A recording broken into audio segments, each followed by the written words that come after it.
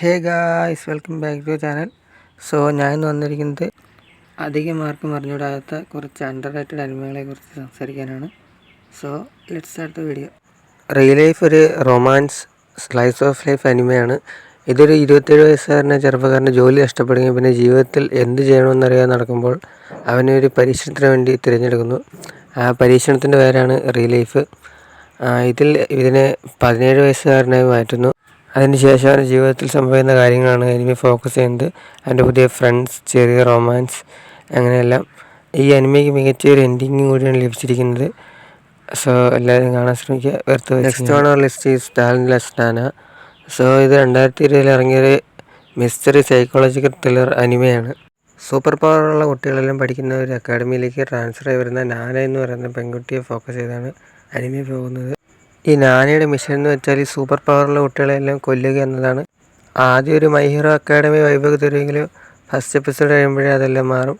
Death not, ടൊമോദാച്ചി പോലുള്ള anime ഇഷ്ടമുള്ളവർക്ക് ഇതെന്തായാലും മസ്റ്റ് വാച്ചാണ്. Third anime on our list is Hanada kun. ഇതൊരു സ്ലൈസ് ഓഫ് ലൈഫ് അനിമയാണ്.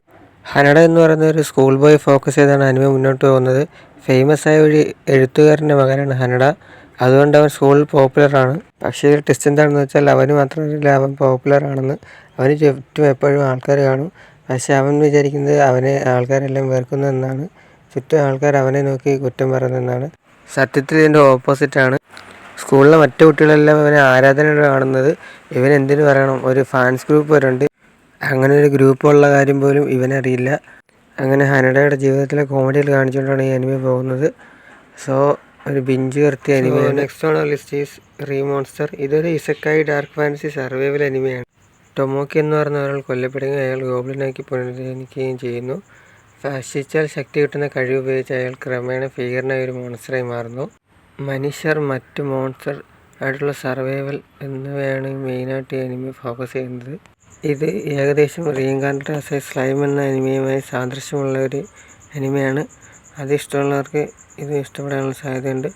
ഓവർ പവേർഡുള്ള MC ഇഷ്ടമുള്ളവർക്കെല്ലാം ഇത് മസ്റ്റ് വാച്ചാണ്. Next anime is the disaster life of Saiki K. Super power plus comedy അനിമയാണിത്. സൈക്കി കെ എന്നവൻ ഓവർ പവേർഡുള്ള MC ആണ്. പക്ഷേ അവൻ്റെ ആഗ്രഹം ഒരു സാധാരണ ജീവിതം നയിക്കുക എന്നതാണ്. പക്ഷേ അവൻ്റെ ഫ്രണ്ട്സ്, വിചിത്രമായ ഫാമിലി സാഹചര്യങ്ങൾ എപ്പോഴും അവനെ ബുദ്ധിമുട്ടിലാക്കുന്നു. സൈക്കിക്ക് ടെലിപ്പതി, ടെലിപ്പോർട്ടേഷൻ, ടൈം ട്രാവൽ തുടങ്ങിയ എല്ലാ OP പവറുകളും ഉണ്ട്. ഈ അനിമയിൽ ഇത്രയും പവർ ലെവൽ മാത്രമേ ഉള്ളൂ. പ്രത്യേകിച്ച് വില്ലന്മാരും വരുന്നില്ല.